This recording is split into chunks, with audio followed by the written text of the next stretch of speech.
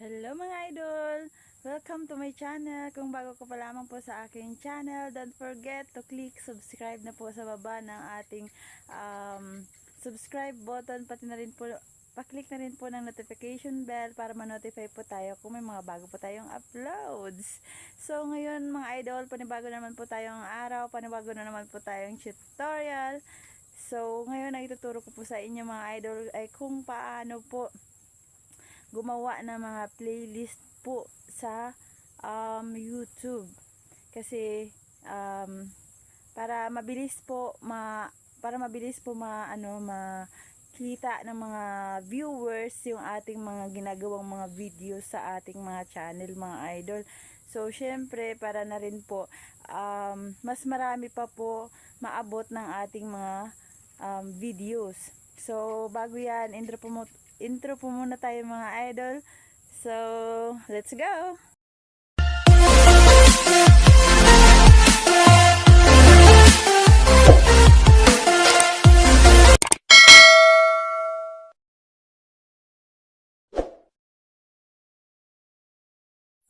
So, ito na nga mga idol, no? Panibagong araw na naman po tayo mga idol. Panibago na naman po tayong tutorial for today's video mga idol. Sana po may panibago na naman po kayong matutunan sa ngayong araw po na ating tutorial mga idol. So, ngayon po ang ituturo ko po sa inyo mga idol ay kung paano po gumawa ng playlist po sa YouTube. So, hindi po mahirap gawin ang ating mga playlist. Napakadali lang po mga idol. So, hindi nga ito aabutin ng mga ilang minuto. So, disclaimer lang po. Sana magustuhan nyo rin po. Kagaya ko, nagustuhan ko siya kasi kumbaga pwede ko siyang i-public mga idol. At saka kung may playlist ka, pag mayroon kang yung mga manonood po sa inyo mga idol, mas kumbaga pwede niyang i-all play at saka mas mas convenient siya, mas mapapabilis po, mas mapapaganda po, mas tuloy-tuloy po yung panonood nila mga idol So napakadali lang po ito gawin. So dahil nga ako ay nasubukan ko na kung paano magawa ng playlist, so gusto ko rin po ito ma-share sa inyo. So kung gusto niyo rin po gumawa ng mga playlist po sa inyong mga YouTube channel, ang playlist po ay ginagawa po para doon niyo po ilalagay mga idol yung mga videos na gusto nyong mapanood ng inyong mga viewers mga idol. So let's go sa ating tutorial for today's video. Una po natin gagawin mga idol, so ituturo ko po sa inyo step by step. So una po natin gagawin mga idol ay i-click po natin ang ating mga YouTube app. O i-click muna natin mga idol. So pag na-click na natin ang ating mga YouTube app, open po natin ang ating profile. So, sa akin, ayan si Jelaine TV. I-click po natin yung nasa baba po na profile. Yung may U na nakalagay. Ibig sabihin, ako yun. Yung may-ari po ng channel, ng YouTube channel. So, i-click po natin itong may U. Wait lang mga idol kasi naglo-loading po. Tingnan natin yung connection. So, naka-open pa naman tayo sa ating data. So, i-click po natin ito mga idol.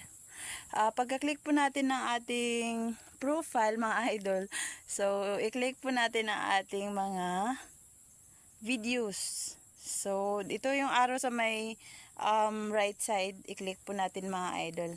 Dito sa may ating channel. Kagaya ko, Jelaine TV, may nakalagay dyan na at video creator, vlogger. So, view channel po natin mga idol. So, yung arrow po na ito, i-click po natin mga idol. Yung may greater than sign. So, pag na-click na po natin mga idol, so, may makikita po tayo dito sa may baba po ng manage videos. So, i-click po natin mga idol yung playlists. So, kasi gagawa tayo ng playlists. So, sa totoo lang ako nakagawa na ng playlist. So, syempre, kung gusto nyo pong gumawa ng playlist, i-click nyo po yung playlist. So, pagka-click po natin ng playlist mga idol, ay, i-ano nyo po, dito po, ilalagay nyo po dito sa may, ito sa may sort by Yan, dito sa may ano na to, playlist, new playlist 2024. So may tatlong dot diyan sa right side po ng ating mga phone.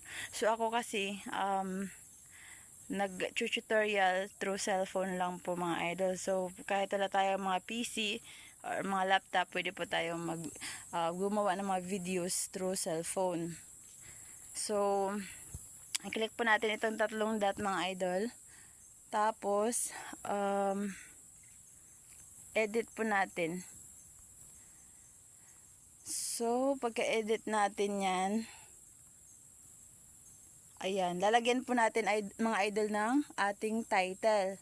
So kagaya nito sa akin, nilagyan ko po ng new playlist 2024. So bahala kayo kung anong description ang ilalagay nyo. Tapos sa akin nakaset po siya for public. Nakaset siya for public. Tapos depende sa inyo kung magko-collaborate pa kayo mga idol. So pagkatapos niyan, kung gusto nyo po magdagdag, so ako kung titingnan natin, meron tayong 5 videos dito sa ating playlist. Ayan mga idol oh. Ayan, nilagay ko dyan. So, kung gusto natin magdagdag, napakadali lang po mga idol. So, punta po tayo sa ating mga videos. So, punta tayo sa ating profile mga idol. So, pagka-click po natin ng ating profile, is open po natin ang ating mga videos kay YouTube. Wait lang mga idol. I-click po natin itong view channel. So, pagka-click po natin ng ating channel, view channel, sa ating mga YouTube, ay pili po tayo ng videos dito sa ating mga videos na uploaded, kung saan ang gusto nating idagdag. So, kagaya ko, gusto ko po idagdag yung, yung paano mag-turn on ng professional mode. Ayan, sa Facebook. So, i-click ko itong tatlong dot. Tapos, kung maklik yung tatlong dot, ayan, mayroon tayong pagpipilian.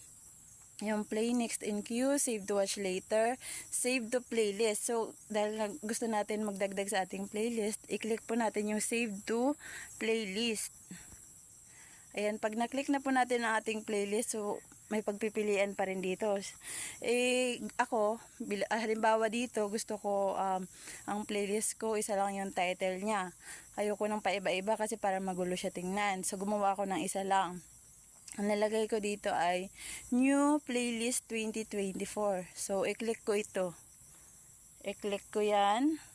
Then, pag na-click na natin yan mga idol, nagkulay blue na. Para madagdag siya doon, para mag-anim na ang ating playlist videos. Ayan, i-click po natin yung done. Ayan. So, titingnan natin mga idol kung nandun na siya sa ating playlist. So, i-click natin ulit mga idol ang ating profile. Yung may nakalagay na you. Then, titingnan po natin mga idol dito sa ating view channel sa videos. I-click po natin ang pagkatapos ng view channel doon sa may videos natin mga idol na uploaded sa YouTube.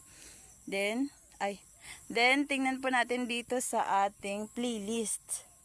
Ayan, yung katabi ng shorts. So, ito yung playlist. I-click po natin mga idol. Tingnan natin kung anim na ang nakasave dito.